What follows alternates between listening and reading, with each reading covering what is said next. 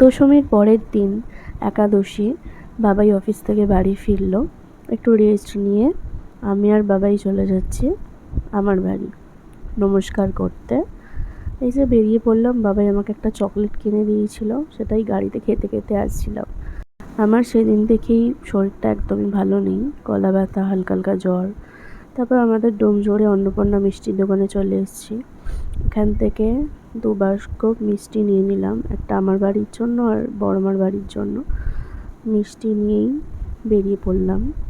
মিষ্টির দোকানটাতে মিষ্টির দাম কিন্তু খুবই বেশি, খেতে কিন্তু দারুণ লাগে, ওই জন্য এখান থেকেই আমাদের মিষ্টি নেওয়া হয়। এই যে বাড়ির দিকে যাচ্ছি এবারে। অনেকটাই লেট করে বেরিয়েছি, 7টা 7:30 নাগাদ করে। আজকে বাড়িতে থাকবো, কালকে বিকালবেলা আসবো। এই যে বাড়ি এসে গেছি, একদম নাক পুরো জাম হয়ে গেছে। মা একটা কি কথা বলছিল, ওই জন্য মায়ের সাথে একটু কথা বলছিলাম আর কি। মা এখন মিষ্টি খেতে দেবে, ওই জন্য একটু প্লেট বার করছে। বড়মার বাড়িতে এসেছি মিষ্টি দিতে।